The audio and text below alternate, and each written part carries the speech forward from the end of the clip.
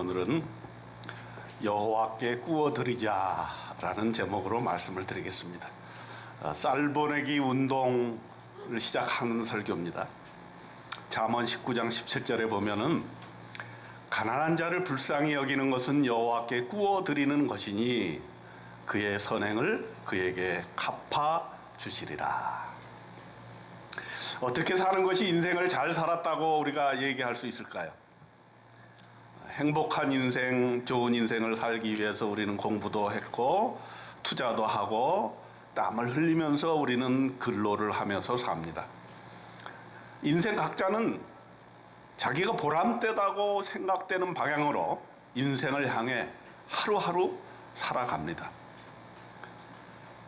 그 중에서 우리는 그리스도인이 되었습니다. 그리스도인이 됨으로써 우리는 어떤 인생의 품격과 의미를 지니게 되었습니다. 아마도 그 중에 하나는 우리가 이타적으로 살 수 있게 되었다는 것입니다. 또 그렇게 살려고 자꾸 애를 쓰고 있다는 점입니다. 오늘 성경 본문에서는 여호와께 구워드리는 삶이 참으로 귀한 삶이다 이렇게 말씀하십니다. 참으로 독특한 말씀이죠. 저는 이 말씀을 발견하면서 묵상하면서 보통 우리가 신앙이라고 할 때는 우리가 기도해서 우리가 원하는 것을 얻는 것이 신앙생활이다. 또 그것 때문에 기도를 하는 거다. 이렇게 생각을 하는데 물론 그것도 중요하지만 우리가 가지고 있는 걸 가지고 여호와 하나님께 구워드리는 것이 또 신앙이라는 거예요. 이건 참 우리가 그동안 생각해오지 못했던 놀라운 하나의 진리가 아닐 수가 없습니다.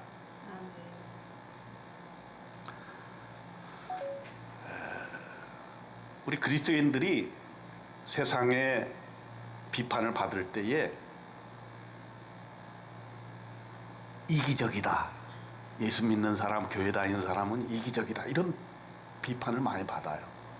그것은 아마 우리가 너무 신앙의 강조점을 주시옵소서라고 하는 그런 너무 이기적인 기도를 많이 했기 때문이 아닌가 생각이 드는데, 균형의 추를 우리가 정말 다른 사람을 위해서 섬기고 타인을 위해서 살고 다른 사람의 부족함을 채워주는 그런 삶을 산다면 보다 더 하나님께서 우리에게 요청하시는 참으로 놀랍고 아름다운 삶이 아니겠는가 이렇게 생각이 듭니다. 사순절 기간 동안에 우리가 이것을 한번 묵상해 보자는 것이죠. 우리의 인생을 성찰하면서 하나님이 나에게 무엇을 원하시는가, 또 하나님이 뭐가 필요해서 우리에게 구워달라고 자꾸 얘기를 하시는가. 구워달라고 하는 것은 뭐냐면 우리에게 뭔가 있다는 얘기거든요. 하나님께는 없는데 우리에게는 있는 게 있다는 거예요. 하나님은 할 수 없는데 우리의 손으로 할 수 있는 게 있다는 거예요. 이건 정말 놀라운 일이 아닐 수가 없습니다. 우리는 하나님이 전지전능하시고 하나님이 알아서 다 해주시고 하나님이 이 인생의 문제, 세계의 문제, 가난한 자의 문제를 다 해결해 주시리라고 믿지만 하나님은 우리에게 너희가 좀 했으면 좋겠다. 나에게 너의 인생과 시간과 돈과 너의 양식을 좀 구워달라. 이렇게 말씀하시는 걸 오늘 듣습니다. 우리가 그리스도인이라면, 아니 적어도 하나의 인간이라면 다른 사람을 생각하는 마음이 우리에게 있다라고 하는 것입니다. 우리는 너무 우리 인생 사는 것이 내 중심적으로 나의 유익을 위해서 살아왔고 또 그렇게 세상은 가르치거든요. 경쟁해라. 그냥 딱 태어나서부터 경쟁에 익숙해져 있어요. 딱 눈을 뜨면 뭐가 왔다 갔다 합니까? 여기에 알파베트가 왔다 갔다 해요. 이제 막 태어난 아이가 창문을 쳐다보면 저 멀리 산이 보이고 아름다운 하늘과 구름이 떠 있어야 되는데 창문에 딱 가나다라 마바사 아가차차 딱 붙어있고 어려서부터 경쟁해서 이겨야 돼. 경쟁하는 인간을 만들고 있는 것이 우리 오늘날의 교육인 것입니다. 살아야 된다. 다른 사람을 일으켜주면서 함께 살아야 된다. 이런 거를 가르치지 않는다는 거예요. 누가 가르쳐야 되느냐?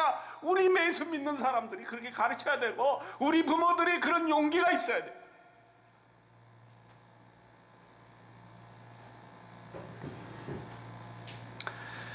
그런데 놀라운 것은 하나님이 나에게 좀 꾸어주라. 그러면 반드시 내가 갚겠다. 그의 선행을 그에게 갚아주시리라. 참 놀라운 얘기. 어떻게 보상해 주시는가? 하나님의 보상 중에 하나는 나 중심의 세계에서 타인 중심의 세계로 우리의 인생관이 옮겨지도록 해준다는 거예요. 우리는 태어날 때부터 손을 움켜쥐고 태어납니다. 그래서 죽을 때까지 우리는 어떻게든 움켜쥐려고 하는 거예요. 그런데 죽을 때 보면 다 손을 펴고 죽습니다. 이게 인생인 것이죠. 인생 한 살 때부터 60, 70, 80, 90, 100세 돌아갈 때까지 그저 움켜쥐면서 살다가 마지막에는 다 놓고 간다. 그런데 그리스도인들은 뭐가 다른가? 살아있을 때 그것을 깨닫는다 이거죠. 아, 손을 좀 펴야 되겠다. 손을 펴는 것이 바로 신앙생활이다. 손을 펴는 것이 바로 인생 사는 길이다 하는 것을 알게 된다는 것입니다. 이거는 아무도 가르쳐주는 사람이 없어요. 세상은 가르쳐주지 않습니다. 움켜쥐라고만 가르치지 펴라고 가르치는 세상은 없습니다.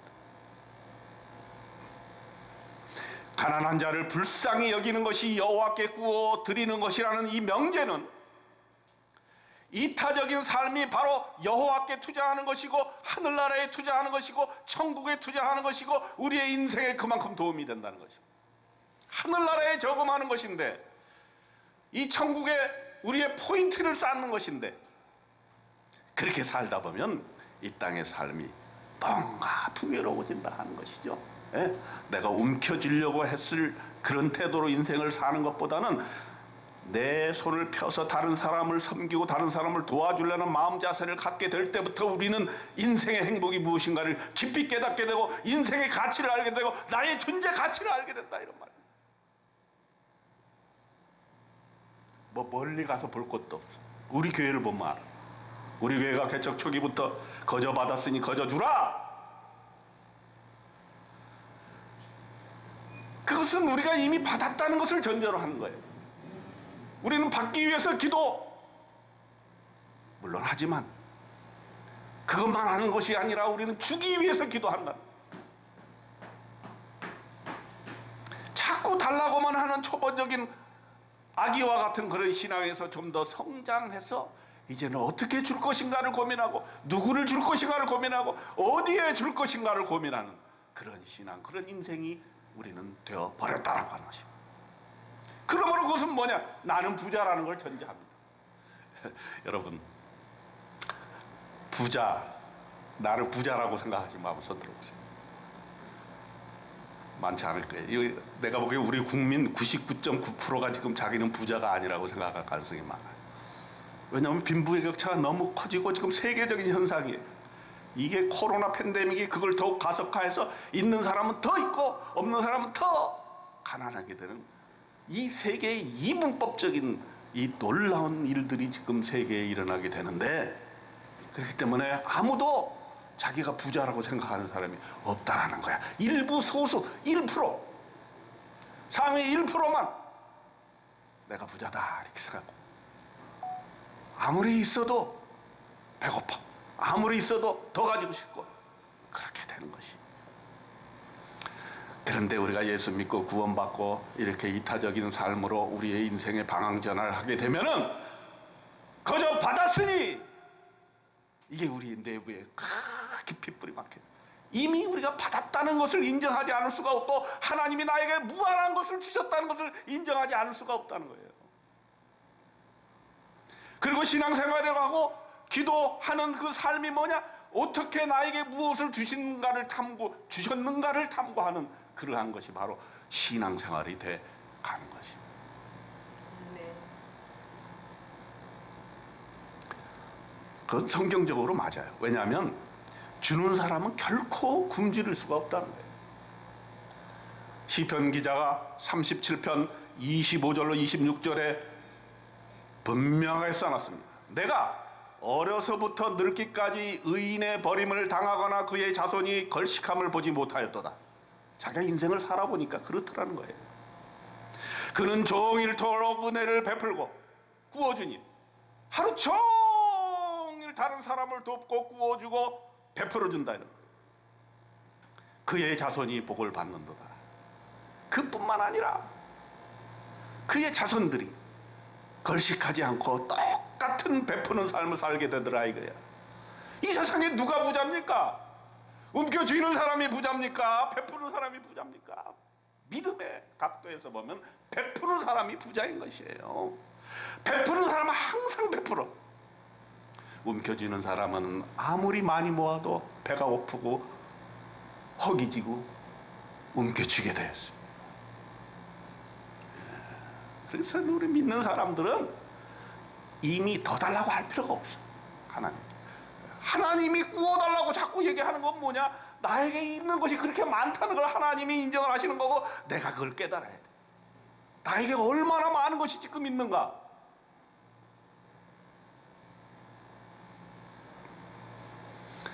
그렇기 때문에 우리는 인생의 방향을 베풀고 구워주고 다른 사람을 섬기는데 우리의 인생의 방향을 설정해야 되는 것입니다. 주고 또 주어도 곳간이 비워지지 않는 이 놀라운 비밀을 우리가 깨달아 알아야 되는 거예요. 멀리 갈 거 없어요. 우리 교회 창고를 보세요.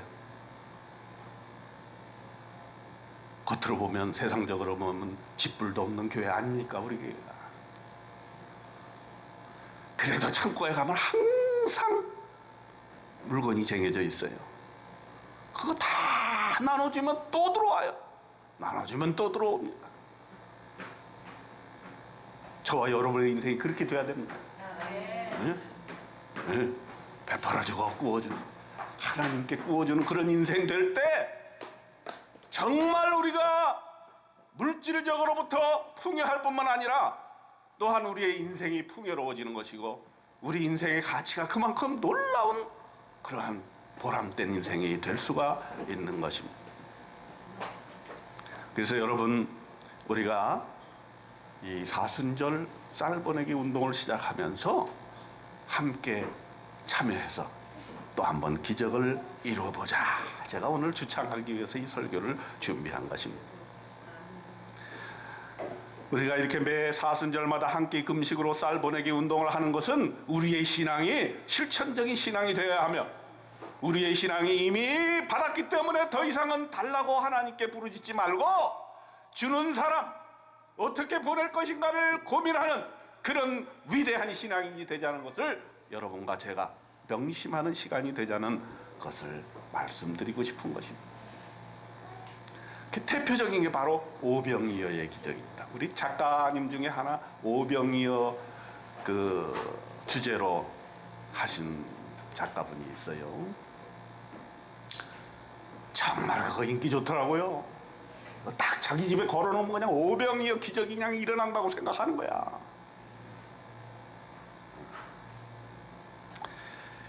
그런데 떡 5덩이와 물고기 2마리로 시작한 그 기적이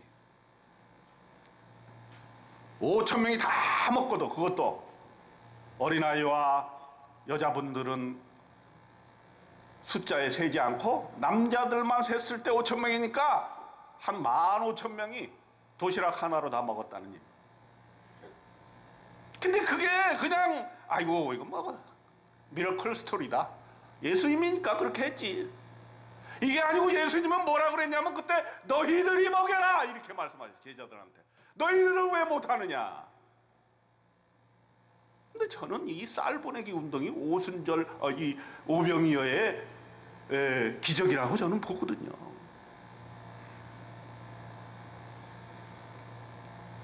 어떤 돈 많은 사람이 자기가 부자니까 큰 돈을 내가지고 쌀 보내기 운동을 하는 건 별로 큰 감동이 안 와요.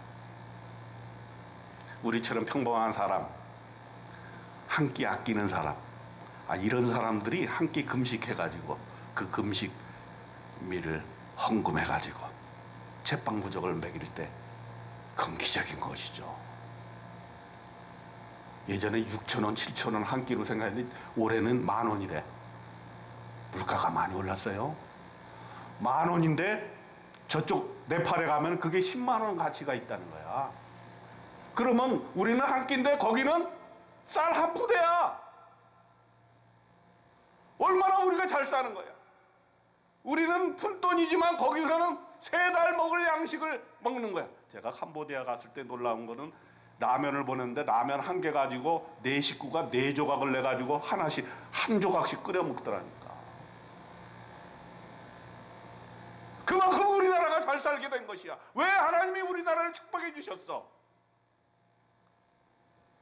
너네가 그동안에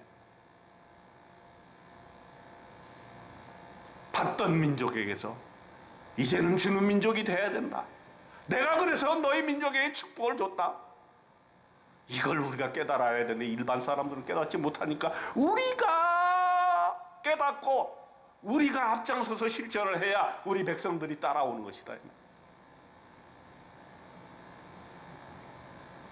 작년에도 여러분이 다 함께 참여해 주셨지 않습니까? 참 감동적이에요. 글로벌 비전에 의하면 우리 교회가 제일 먼저 부활절 땡 하면 빡 보내니까 아주 그냥 직원들이 깜짝깜짝 놀라요. 근데 우리 교회만 참여하는 게 아니야. 우리 교회와 관련 지은 사람들이 함께 참여를 해줘. 이 수요기대에 오시는 우리 사역자님들도 참여해 주시고 심지어는 우리 옆에 이 연세대 뒤에 이대 뒤에 있는 나도 알지도 못하는 신촌연합교회 엄태우 목사님이 찾아오셔가지고 동참을 하고 심지어는 우리 동네 대흥동 주민자치위원회 올해도 벌써 갖다 놨잖아. 참 이런 교회가 없을 거야. 너무 감사합니다.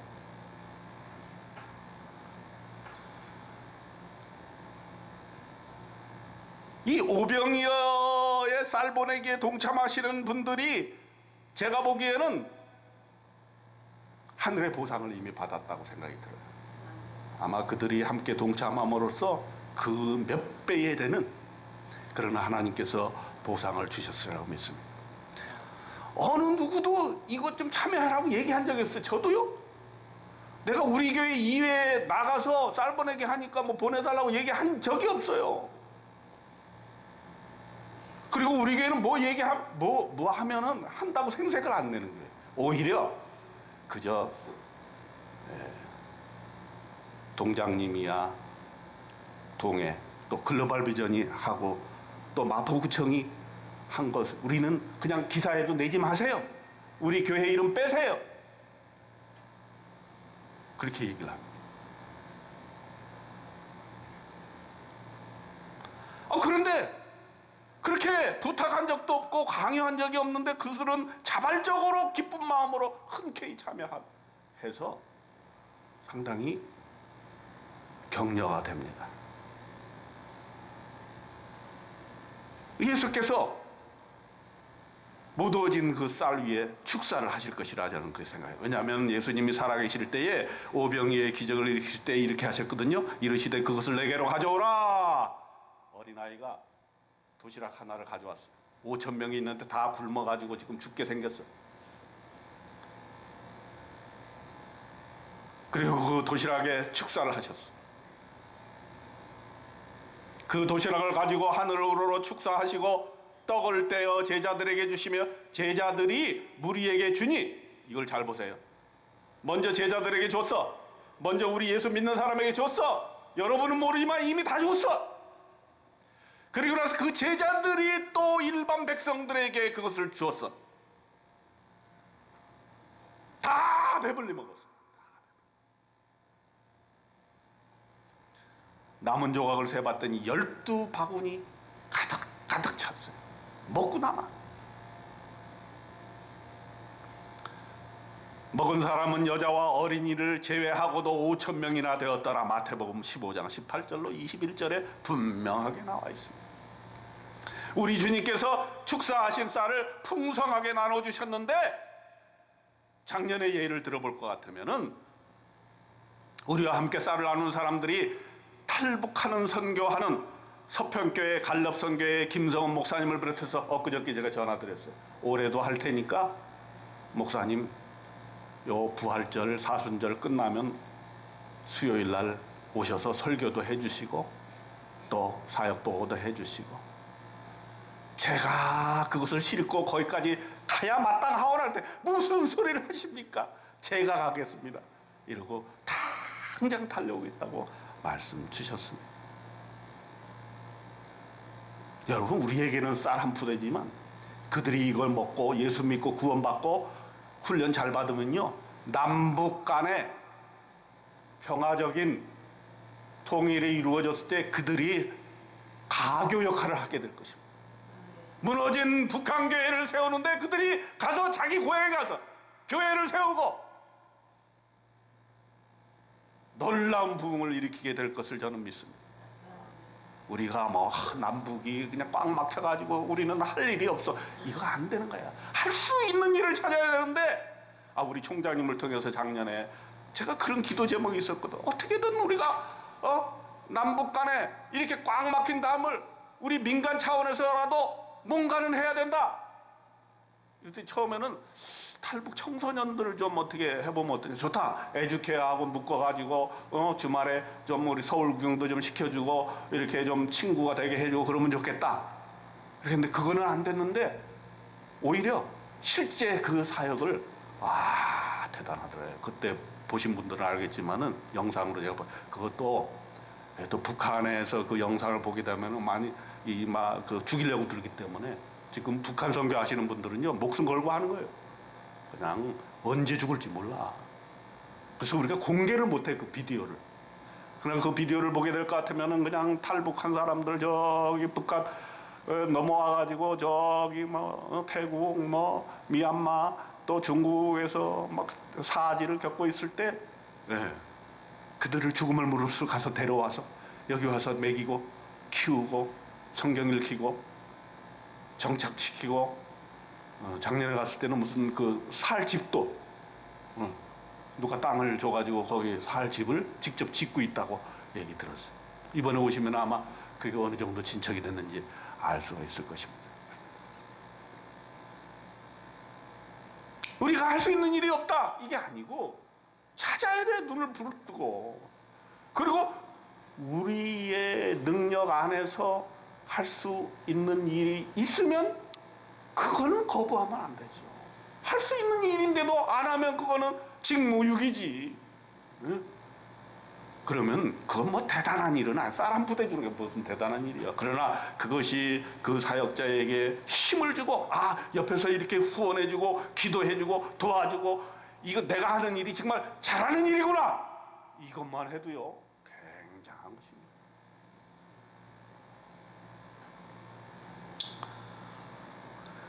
또 어떤 분들하고 함께 나누었느냐, 10명의 자녀를 키우는 권학도 목사님, 우리가 직접 그 집까지 가는 거 아니에요.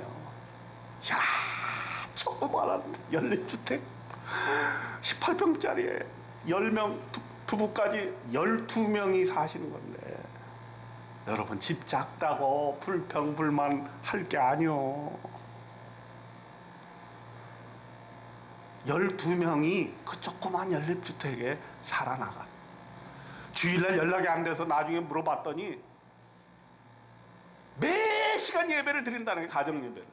함께 모여서 예배 드리는 것보다는 매 시간 자녀들과 함께, 이번에는 첫째, 둘째, 이번에는 셋째, 넷째 이렇게 해가지고 주일날 하루 종일 예배를 드립니다. 중국이 막혀가지고 못 들어가니까 안 되겠다. 더 이상 내가 한국에 머물러 있다. 그래가지고 지금 아마 저쪽 라오스 그쪽으로 가서 지금 루트를 뚫고 계신 걸로 알고 있어요. 근데 우리나라에 지금 문제가 뭐예요? 애를 안 낳는 것이 문제가, 자녀가 지금 생산이 안 되기 때문에 몇 년 있으면 우리나라가 없어진다는 거죠. 아주 극단적으로. 그렇기 때문에 그런 분들이 이렇게 존재하고 있다는 것은 우리에게 큰 희망을 주는 것이에요. 우리가 어떻게 하면 우리나라를 정말 젊은이들이 결혼도 하고 자녀도 낳고 우리나라를 영속할 수 있게 해줄 수 있겠는가? 수십조 원, 수백조 원을 투자해도 아기가 생산되지 않는 나라. 이 나라는 행복한 나라입니까? 행복하지 않죠. 문제는 있으나 해결책은 없어요.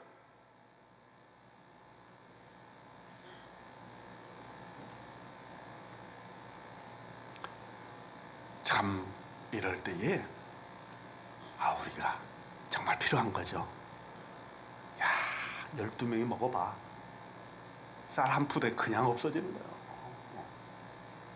여기도 함께 나는 얼마나 감동적인지 몰라. 그런가 하면 그동안 우리와 함께 했던 우리 한부모, 우리 에듀케어, 또 우리 수요일 날 오시는 선교사님들, 또 교도소 사역을 하는 제소자들과 사역자들, 또 개척교회 어려움을 겪고 있는 목사님들, 이들과 함께 나누어 먹고 우리 모두가 기적을 체험하고 더 나아가서는 국가와 민족을 넘어서는 우리 민족만 잘 먹고 잘 살아서는 안 돼요. 먼저는 우리가 외국부터 시작했잖아요. 예?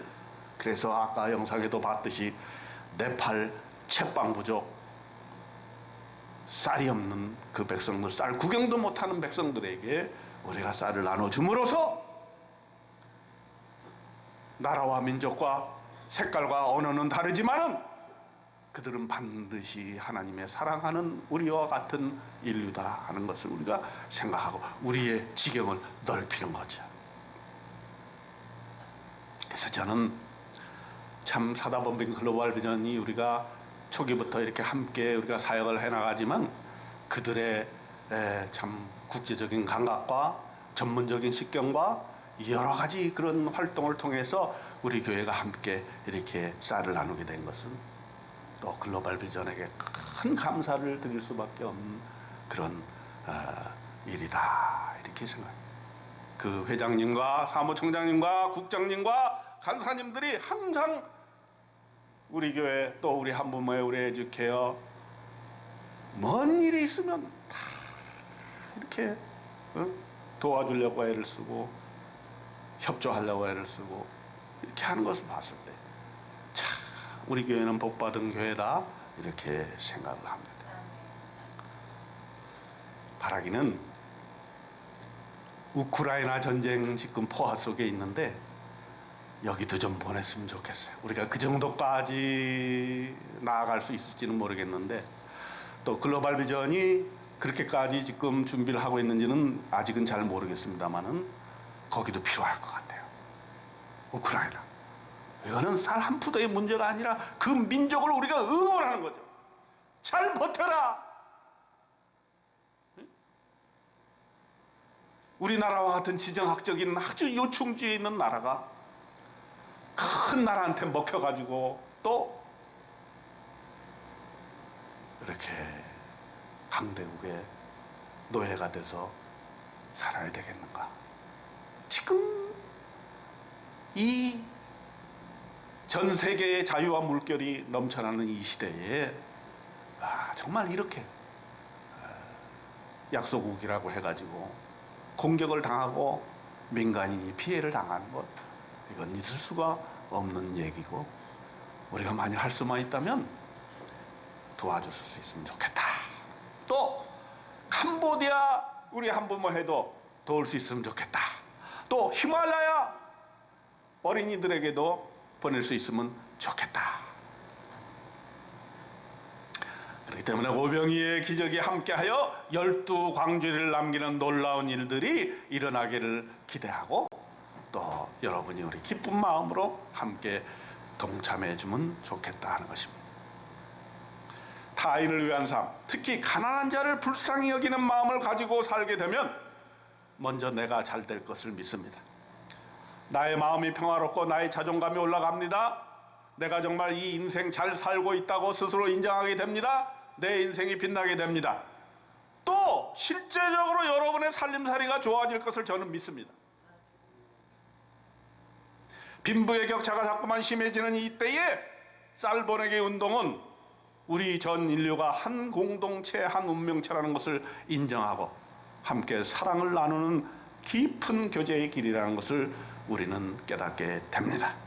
그러므로 올해도 사순절 한 끼 기도를 시작하면서 쌀 보내기 운동에 기쁜 마음으로 우리가 참여해서 즐겁고 보람단 이런 부활 축제에 우리가 주님과 함께 동참해 주기를 바라는 것입니다. 예수님의 오병이의 기적이 오늘 한국 대흥동 우리 교회에서 또 한번 일어나기를 기대하고 여러분이 함께 해줄 걸 믿고 또 감사하고 그렇기 때문에 여러분들과 함께 이 운동을 시작하게 된 것입니다.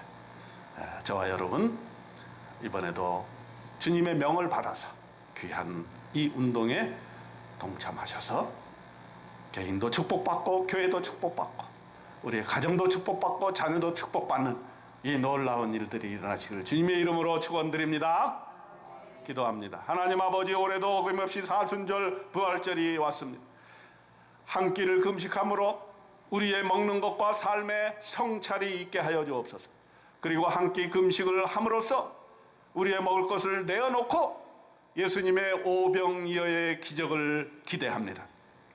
쌀 보내기 운동을 통해서 하나님께서는 큰 영광이, 우리 모두에게는 인생의 기쁨이 흘러넘치는 부활절이 되게 도와주시옵소서. 예수님의 이름으로 기도드립니다. 아멘.